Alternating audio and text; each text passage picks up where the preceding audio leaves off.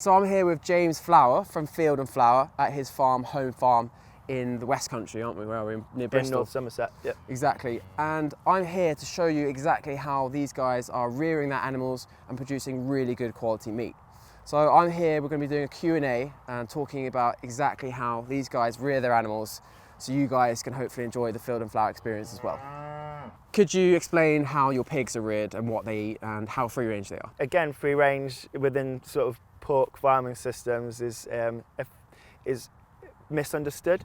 So, you know, most supermarkets that are trying to go for the higher welfare or more free range systems do market what's classed as outdoor bred. Outdoor bred. Now, you know, that could be confused with free range, but it's not. So, I mean, outdoor bred is the sows would be outside and farrow outside, and then the piglets will be brought into an inside environment, a barn, to then be raised. Yeah. Our pork's completely 100% free range, so sows give birth outside, and the piglets are then weaned at about 3 months and then finished outside. So completely free range system. And in terms of feed, they've got a varied diet amongst what they root around for out in the fields. They're getting a grain-based diet, which monogastrics as pigs is fine, and that's grain grown on the farm. Okay. Perfect. So everything's tried to be a whole farm approach in terms of raising the animals, and then where the feed comes from right through to them taken to a local abattoir when they're due to be killed. Yeah, because I hear you can get grain shipped over from China and things like that to feed pigs. Exactly. It's just like the last thing you want in terms of health, but also sustainability. I mean, exactly right. Ridiculous, isn't it? Yeah. And pigs, like poultry, is one system that's been very intensified, and due to the type of animals they are and how easy they are to rear and things like that. They've there's some quite extreme systems even in the UK in terms of how intensively pigs and hens and chickens are raised. Yeah. Your sausages are absolutely amazing. Could you explain how they're made? Because I understand they're gluten-free, aren't they? Yeah, gluten-free, handmade. So the key is just good quality ingredients. Yeah.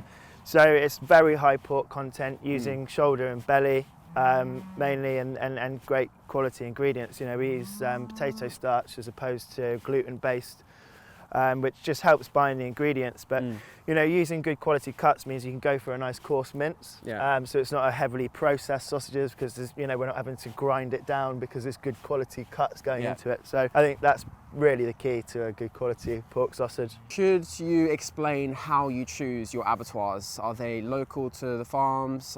Do you take pride in using good quality abattoirs? Are they big? Are they small? Yeah. So the answer to your question is it's something that we think quite carefully about. Predominantly it's due to location. We need an abattoir that's near the farm from wherever the animals are coming from. That's great.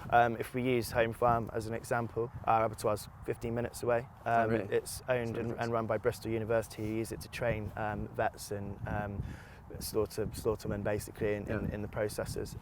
Very small abattoir. It's all for us about animal welfare when it comes to abattoirs and the distance. We transport animals in pairs only from the farm. We'll load them up, as I said, 15-minute drive to the abattoir, and they're straight into the lairage to be killed. They're not hanging around, anything like that. So it's a swift, humane process. And as with our other farms, that's something that we pay close attention to. Another great example is Stu Perkins, our poultry farmer. Yeah. He's since taken some funding on board to have his on-farm slaughter plant. So the animals, the birds, are travelling very, very short distances to an on-farm abattoir that's Food Standards Agency regulated, and it's brilliant for us because the animal obviously has a humane end to life, but also it means the quality of the meat's not affected. Exactly. So, even in the UK, which is a relatively small country, animals are still travelling from one end of the country to another in big articulated lorries.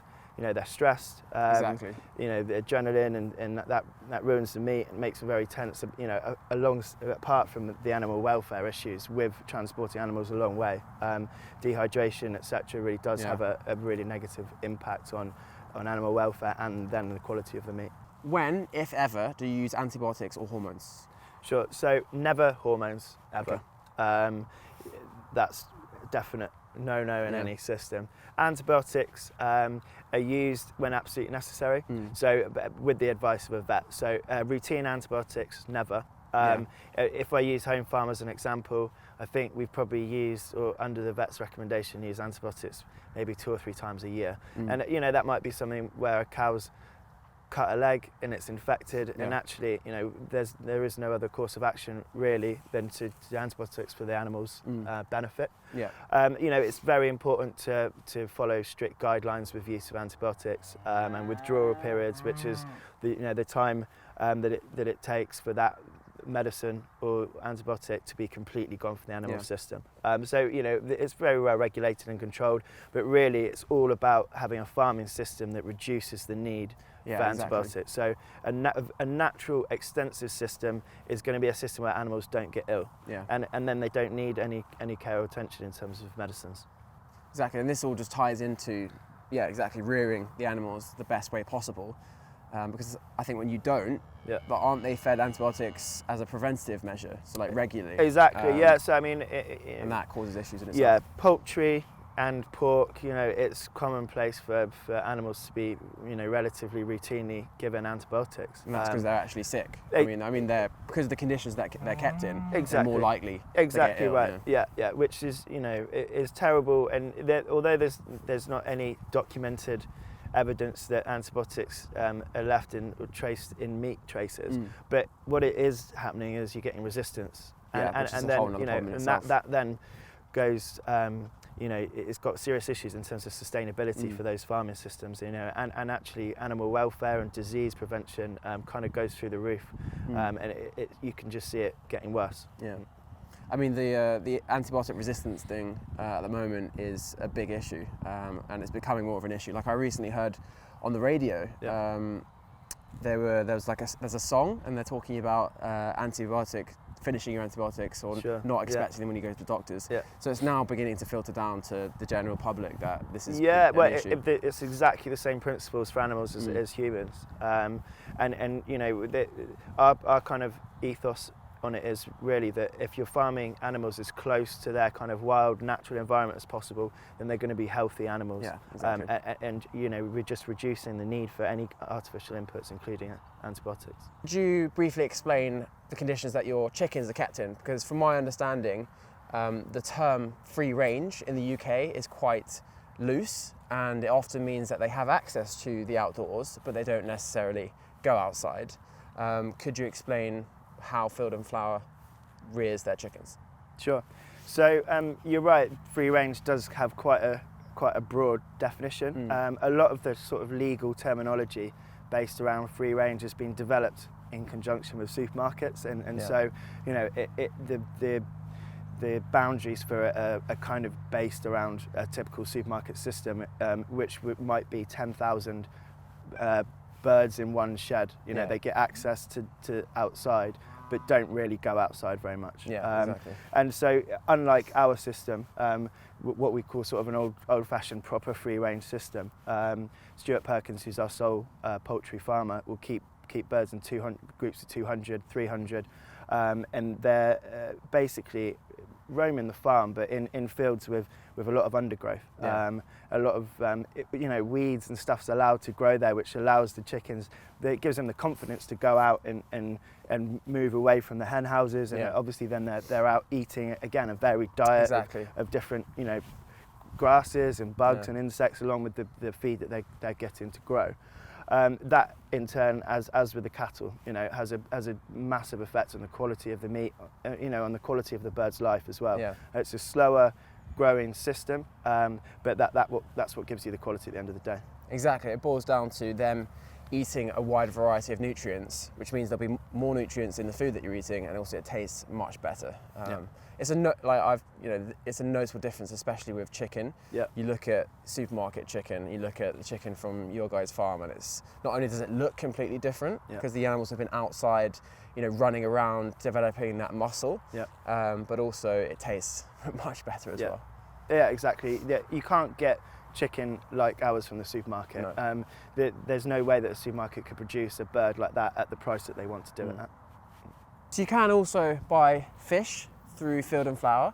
I was wondering, could you explain where the fish comes from, and the farmed fish like salmon, how is that produced, and is it sustainable, is it ethical? Yeah, so I mean, our customers, were asking us to sell fish for a long time. Yeah. And so we went out there. And in terms of all of our wild fish, it's caught from and landed at West Country ports like Brixham, Bridport, places like that. And we're buying from the fish markets, predominantly Brixham, from day boats, line caught wherever possible. So we're looking for the freshest, most sustainable fish that you can get your hands on, really. Day boats are just ensure that we're not trawling for anything, but it also means because they're going out and coming back the same day, it's super fresh. So that comes to us, and just like the meat, then that's packed and dispatched pretty much the same day in some cases, which gives you really good quality fish. Yeah. In terms of the salmon, it's farmed from Scotland, Loch Duart, and we use basically a farm that was, I think, the first farm to adopt the RSPCA standards, and they go way over and above that as well. So in terms of sustainability, it's very low stocking densities in comparison to conventional salmon farms. They fallow sort of areas of the loch as well, so they're rotationally moving the nets around to avoid polluting certain areas of the loch. They'll use natural feeds. Obviously, they're having to feed fish meal and things like that, and there's some arguments over the sustainability of growing fish to feed fish and things like that. So they're using animal sort of a fish byproduct, which is great quality, and it also has much lower environmental impact. And I think in terms of salmon farming, a typical fish meal is blue whiting. Stocks of blue whiting have really dropped in recent years, and so Loch Duart is a good example of a salmon farm who have moved away from that to help maintain a very economically sustainable system. And on top of all that, you get really good quality fish. So they're producing a leaner, fitter fish that has more space to swim and has fewer issues in terms of illness and lice and things like that. I'm really hoping that you guys find this Q&A informative, because for me it's really important that you understand that the meat that you're eating comes from an animal. The animals we're standing around right now will end up being eaten. And that disconnect, when you don't understand that the meat you're eating is from an animal, is causing issues, and it's causing people not to care about where their food comes from.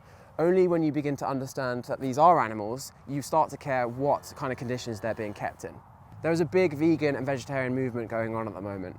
There is no doubt that we need to be eating less meat, but it's really important that the meat that you do eat is as good quality as possible. So this is exactly why I have come down to James's farm, to show you exactly what is going on, and hopefully you've learned as much as possible from this Q&A. So James, thank you very much for having me. Hopefully we'll get down again at some point, and keep doing what you're doing. Great, no worries, more than welcome. Thanks.